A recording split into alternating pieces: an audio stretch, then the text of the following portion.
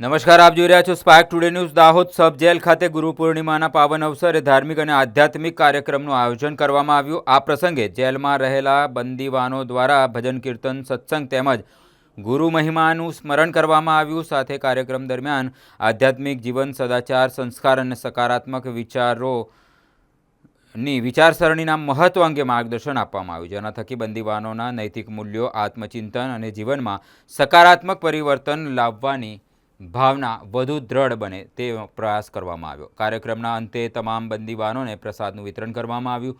સમગ્ર કાર્યક્રમ શાંતિપૂર્ણ, ભક્તિમય અને સૌહાર્દપૂર્ણ વાતાવરણમાં સંપન્ન થયો હતો। આવા ધાર્મિક અને પ્રેરણાદાયી કાર્યક્રમો દ્વારા બંદીવાનોમાં માનસિક શાંતિ, આત્મવિશ્વાસ અને સમાજના મુખ્ય પ્રવાહમાં પુનઃ જોડાવા માટે જરૂરી સકારાત્મક અભિગમ વિકસે તેવો જેલ વિભાગનો સતત પ્રયાસ હતો। મારું નામ એમએલ ગમાવ, અધિક્ષક દાહોદ સબ।